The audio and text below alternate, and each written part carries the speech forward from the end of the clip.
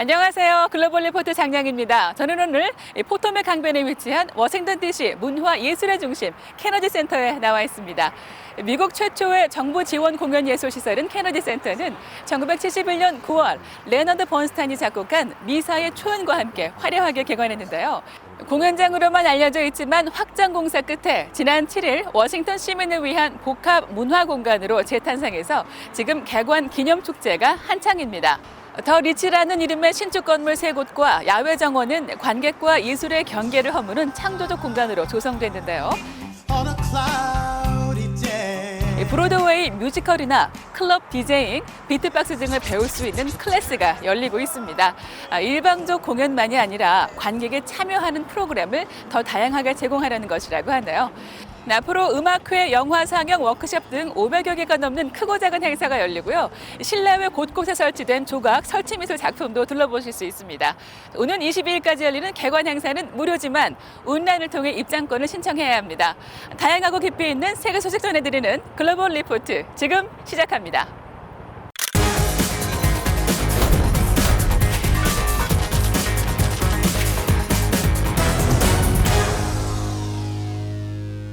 한 주간 전 세계인의 관심사를 해시태그로 살펴보는 해시태그 디스위크 시작합니다.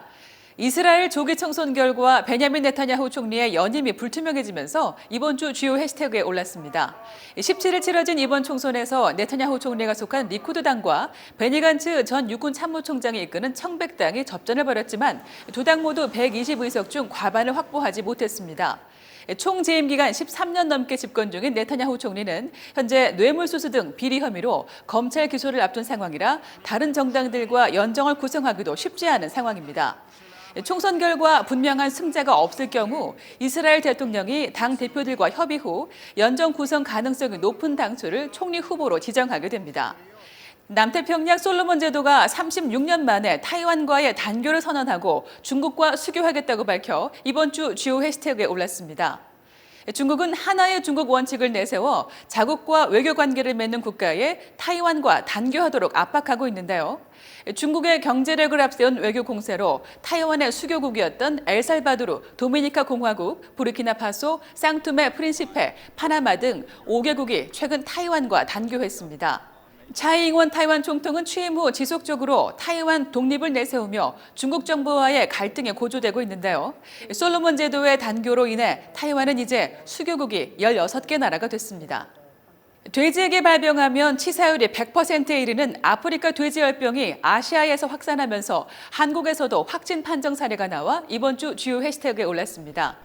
돼지 흑사병이라고도 불리는 아프리카 돼지열병은 지난 17일 한국 경기도 파주 돼지 사육농가에 이어 다음 날 연천군에서 확진 사례가 발견돼 방역에 초비상에 걸렸습니다.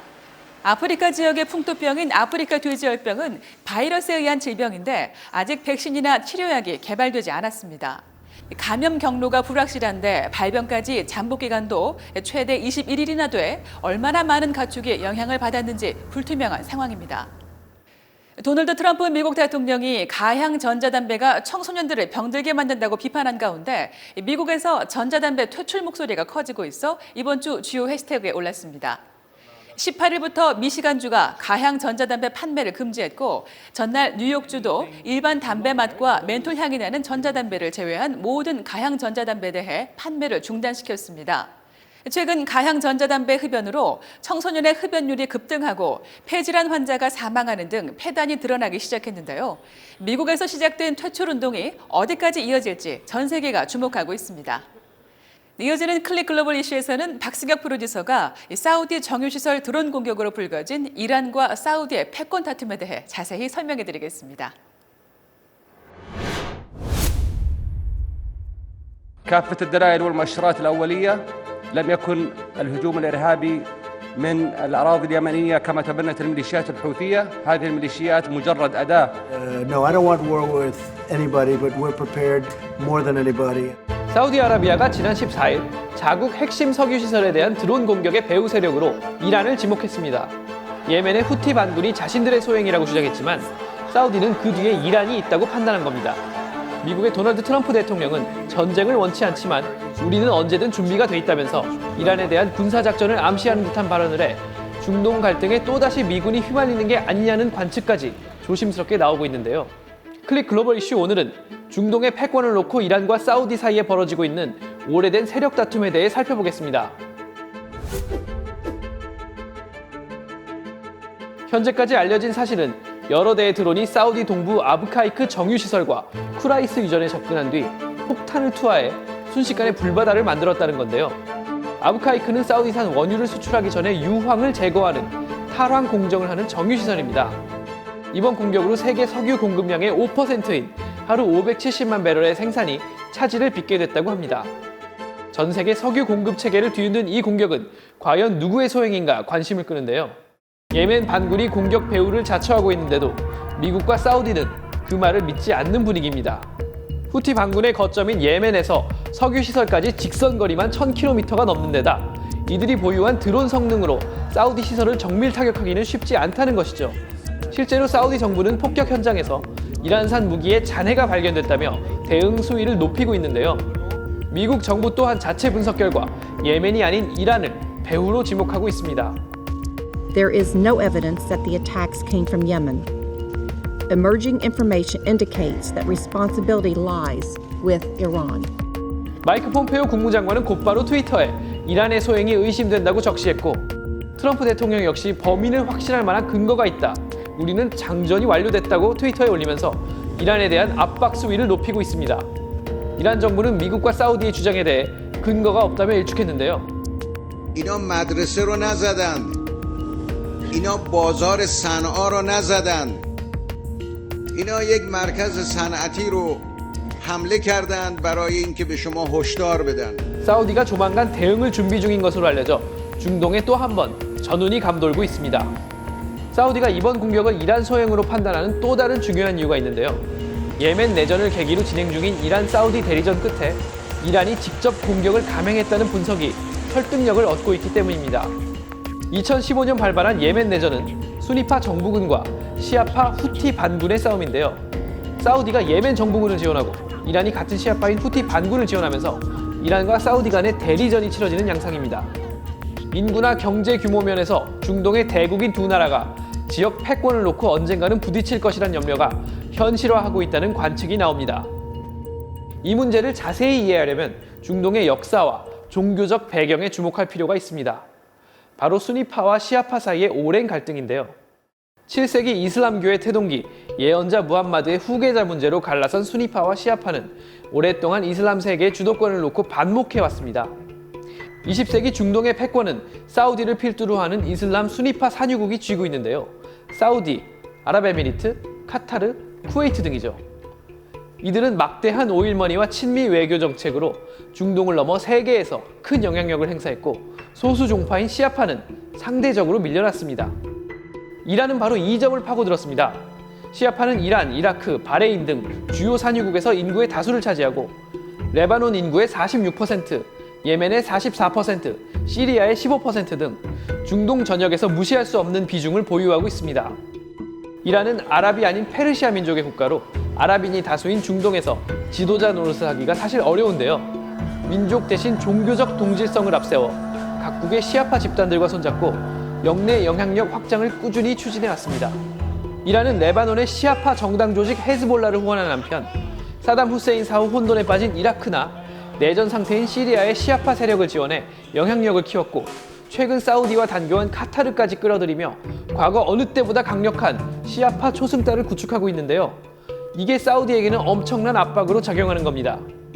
Iran has sought to export its revolution, sometimes from top down, working with state-level allies, and oftentimes from bottom up, co-opting or creating proxies throughout the region that basically erode the authority of central governments across the Middle East. 더구나 이제 예멘까지 손을 뻗어 수니파 예멘 정부에 맞서는 시아파 후티 반군을 지원하고 있죠. 만약 예멘이 후티 반군의 수중에 완전히 떨어지면 사우디는 사방에서 시아파 집권국에 둘러싸이게 됩니다. 더구나 사우디에서도 시아파가 최대 25%에 이르기 때문에 수니파 이슬람 근본주의에 기반을 둔 사우디 왕정은 자칫 내부로부터 흔들릴 수 있습니다. 게다가 이란은 1979년 이슬람 혁명을 통해 통치자인 팔레비 왕가를 무너뜨린 전적이 있는데요. 사우디 왕가로서는 이란 이슬람 혁명의 불씨가 행여 자국에 옮겨 붙을까 경계할 수밖에 없습니다. 1979년 테헤란 미국 대사관 점거 사건으로 이란과 단교한 미국 역시 이란의 세력 강화를 반기지 않고 있는데요. 이란은 민주화를 요구하는 자국 내 반대파를 탄압하고 헤즈볼라 등 외국 테러 집단을 지원하면서 이스라엘의 존재를 부정하는 한편 장차 핵무기를 개발하기 위해 핵시설을 가동하고 있다는 의혹도 받고 있죠. 또 중동의 반서방 감정을 자극하며 반미, 반이스라엘 프로파간다를 계속해서 퍼뜨려 미국과 계속 마찰을 빚고 있습니다. 만약 이번 공격이 진짜 이란의 소행으로 확인될 경우 미국과 국제사회는 더 강력한 제재와 압박을 이란에 가할 것으로 보이는데요. 그러면 이란은 이란대로 핵무기 개발을 가속화할 우려가 있어 세계가 바라는 중동의 평화는 더욱 멀어질 전망입니다.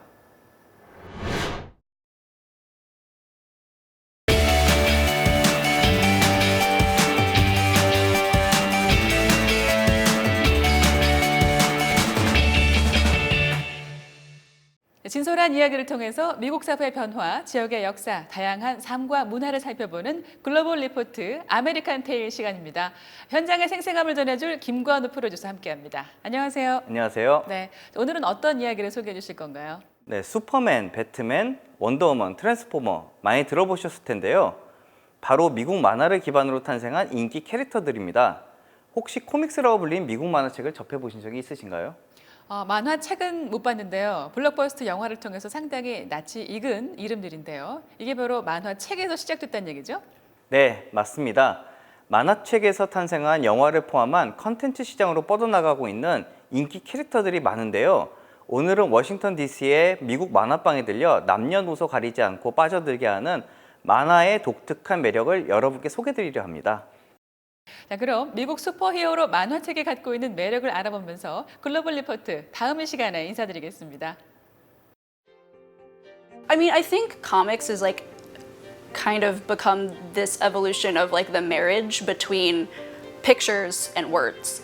I think what makes comics really special is the fact that it is a sequential art form. So there is like an order to it. You have to look at the pictures in a certain order. Also, you're trying to get the idea of what the author and the artist, who both have to come and work together to create a singular, unique vision of how people are supposed to feel and interpret this thing that's in front of them. I like comics because I get to see a more perhaps fleshed out version of what the artist was envisioning. I think that's a cool aspect of comics. Comics don't show you everything that happens. Sometimes like you see these panels and sometimes they have separations, and I think in like those blank spaces is kind of where your mind just naturally fills in the blank. You're naturally understanding what is trying to be told to you. Previously, especially in America, it was really easy to get comics like at a grocery store or at a newspaper stand, and that was people's only real engagement or interaction with comics. And then comic book stores aren't really as common as like a movie theater.